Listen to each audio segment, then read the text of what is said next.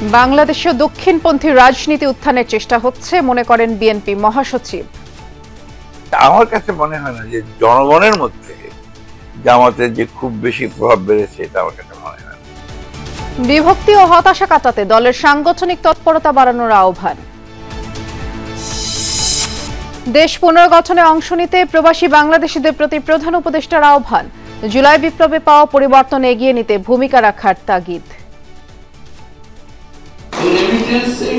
নতুন বাংলাদেশের জন্ম হয়েছে।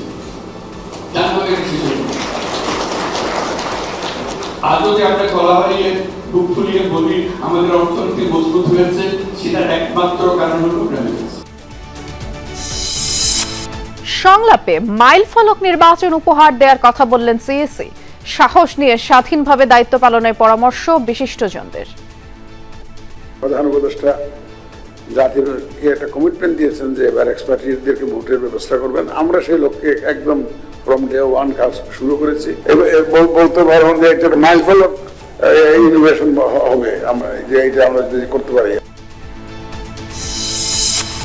শেখ হাসিনা, কামাল সহ 3 জনের বিরুদ্ধে মানবতা বিরোধী অপরাধ মামলায় প্রধান তদন্ত কর্মকর্তার সাক্ষ্য, জুলাই হত্যাযজ্ঞ ছিল পরিকল্পিত। খাগড়াছড়ির গুইমারায় সেনাবাহিনী ইউপিডিএফ সংঘর্ষে বেশ কয়েকজন আহত।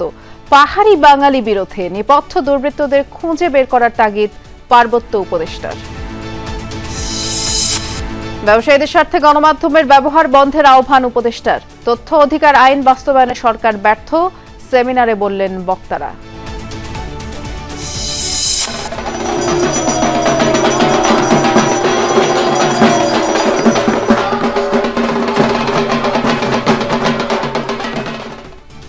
দুর্গোৎসবের মহাষষ্ঠীতে চলছে সন্ধ্যা পূজা। মণ্ডপে মণ্ডপে দেবীর আরাধনা, আনন্দময়ীর আগমনে ভক্তদের উচ্ছ্বাস।